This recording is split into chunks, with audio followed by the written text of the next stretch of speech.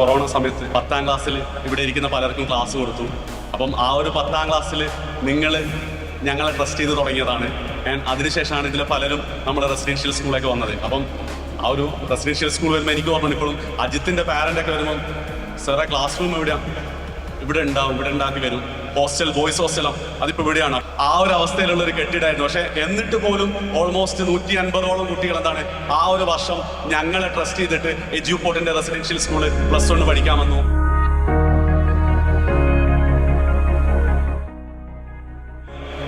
അവരുടെ ആ ഒരു ട്രസ്റ്റ് ഒരു പരിധി വരെ ഞങ്ങൾക്ക് കീപ്പ് ചെയ്യാൻ പറ്റിയിട്ടുണ്ട് തന്നെയാണ് എനിക്ക് തോന്നുന്നത്. ലക്ഷ്യം എന്താ?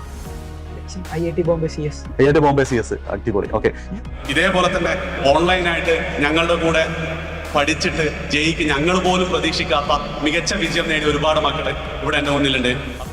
എനിക്കറിയാം ഇപ്പൊ കഷ്ടപ്പെടാം. അപ്പൊ ഇവരെങ്ങനെയെങ്കിലും ഞാൻ ഒരു ജോലിയിലെടുത്ത് നല്ല നിലയിൽ എത്തിച്ചോണ്ട് ഇവരെ ഹെൽപ്പ് ചെയ്ത് ഞാനിങ്ങനെ ഒരു നല്ല മാർക്കെല്ലാം വാങ്ങി എനിക്ക് ഭയങ്കര അഭിമാനമാവും.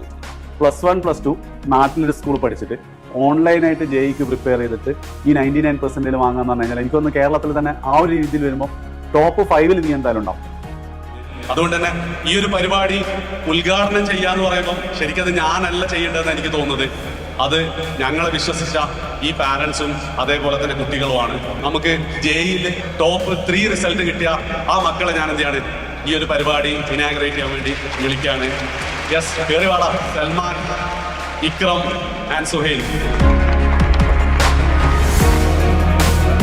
ഇവർക്കുള്ള അവാർഡ് കൊടുത്തുകൊണ്ട് എന്ത് ചെയ്യാം ഈ ഒരു പരിപാടി ഒഫീഷ്യലായി ഇനാഗ്രേറ്റ് ചെയ്യാം.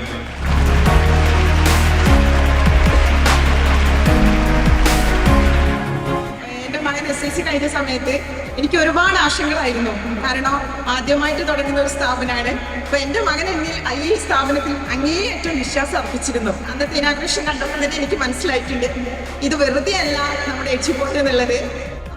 ജെയ് എന്താണെന്ന് പറഞ്ഞ് കേട്ടിട്ടുള്ള അറിവ് മാത്രമേ നമുക്കുള്ളൂ. എന്താണ് അതിന്റെ 3 അക്ഷരത്തിന്റെ അർത്ഥം എന്താണെന്ന് പറഞ്ഞാൽ സത്യം പറയാൻ എനിക്ക് അറിയില്ലാത്തൊരവസ്ഥ. പക്ഷേ എജ്യൂപോർട്ടിൽ വന്നതിന് ശേഷം രാജാ സാറും അവിടുത്തെ മാനേജ്മെൻറ്റും ഡയറക്ടേഴ്സും കൂടി കാണിച്ച താല്പര്യവും അതിന് എഡ്യൂപോർട്ടിനെ എത്ര അഭിനന്ദിച്ചാലും മതിയാവില്ല. ഇനിയും ഒരുപാട് ഉയരങ്ങൾ കീഴടക്കാനും ഇന്ത്യയിലെ നമ്പർ 1 അക്കാഡമിക് എഡ്യൂപോർട്ട് സാധിക്കട്ടെ.